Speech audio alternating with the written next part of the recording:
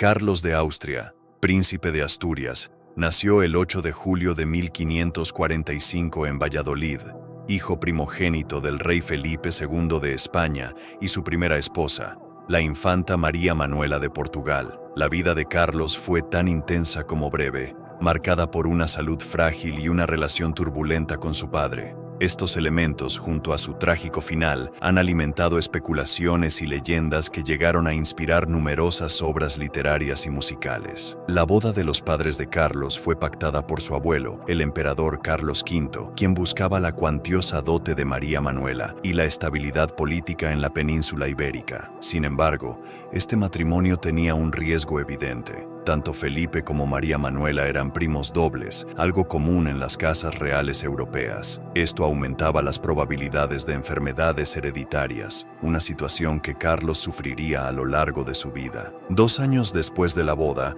cuando Felipe tenía solo 18 años, nació Carlos.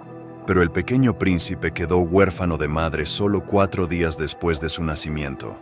Carlos creció rodeado de familiares y en un ambiente de cuidados especiales, ya que su padre, Felipe II, pasó largas temporadas fuera de España.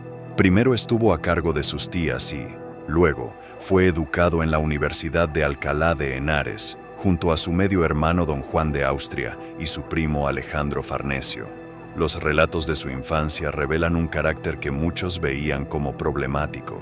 Desde joven mostraron tendencias crueles, como asar liebres vivas o incluso cegar a caballos en el establo real.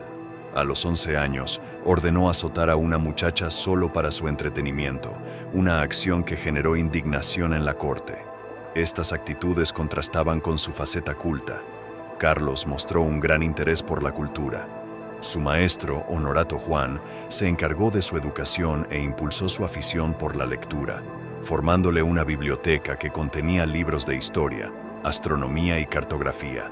A pesar de su accidentado temperamento, era un ávido lector y coleccionista, acumulando desde antigüedades hasta raros objetos de valor, una costumbre típica de los príncipes renacentistas.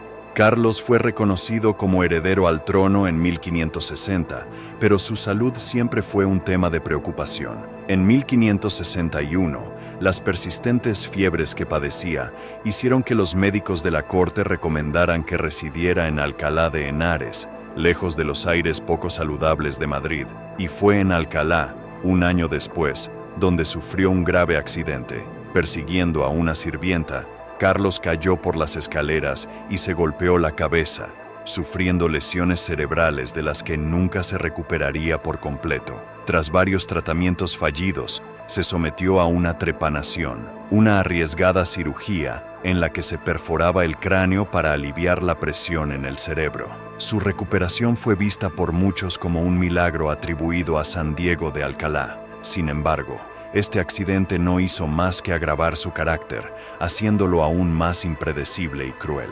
Además de estos problemas de salud, Carlos tuvo un desarrollo físico irregular. Una infección de malaria a los 11 años afectó su columna vertebral, lo que le impedía caminar derecho y le hacía cojear. Pero más allá de su salud, Carlos estaba obsesionado con ser parte activa del gobierno, algo que su padre no estaba dispuesto a permitir.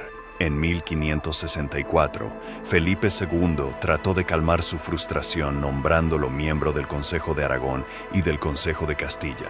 Aunque sin darle verdadero poder, esta decisión solo enfureció más al joven príncipe, pues sabía que en esos consejos solo se opinaba y las decisiones las tomaba el monarca. Carlos tenía ambiciones que nunca se vieron cumplidas.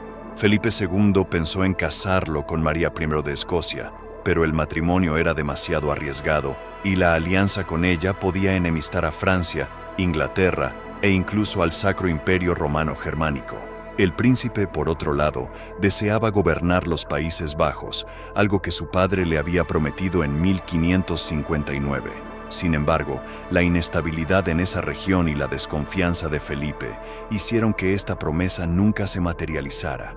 Frustrado por las restricciones de su padre, Carlos comenzó a desafiar a la autoridad real, llegando a espiar las reuniones en las que se trataban de temas de los Países Bajos. Uno de los líderes de la rebelión en los Países Bajos, el conde de Egmont, se reunió con Carlos en 1565 y este comenzó a trazar un plan para escapar a esas tierras y unirse a la causa. Pero su comportamiento violento continuó en aumento y trató de apuñalar al duque de Alba, a quien el rey había designado para encabezar la expedición a Flandes en su lugar. Carlos no desistió en sus planes de escapar a los Países Bajos. En un intento desesperado, pidió a su tío don Juan de Austria que le llevara a Italia, pero este, leal al rey, decidió consultarlo con su hermano antes de actuar.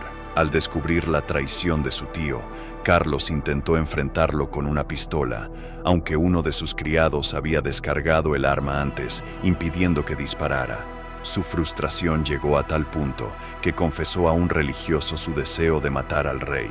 Felipe II decidió que no tenía otra opción más que confinar a su hijo. Ordenó encerrarlo en sus aposentos, con la comunicación limitada y sin utensilios con los que pudiera lastimarse. Felipe informó a la opinión pública y a los gobernantes de Europa de esta decisión, aunque sin entrar en detalles, lo que solo alimentó los rumores sobre el destino de su hijo y se sumó a la llamada leyenda negra contra Felipe II. Durante su cautiverio, el príncipe intentó emprender una huelga de hambre que no tuvo éxito. Su ya débil estado de salud se deterioró rápidamente y el 24 de julio de 1568 murió. Fue enterrado inicialmente en el convento de Santo Domingo el Real, en Madrid, y luego en 1573 sus restos fueron trasladados al panteón del monasterio de San Lorenzo de El Escorial. El trágico final de Carlos alimentó especulaciones y leyendas, especialmente fuera de España, donde se llegó a acusar a Felipe II de haber ordenado su asesinato. Estas teorías, aunque infundadas, contribuyeron a crear una imagen negativa del rey español en Europa y se convirtió en uno de los antecedentes de la Guerra de los 80 años.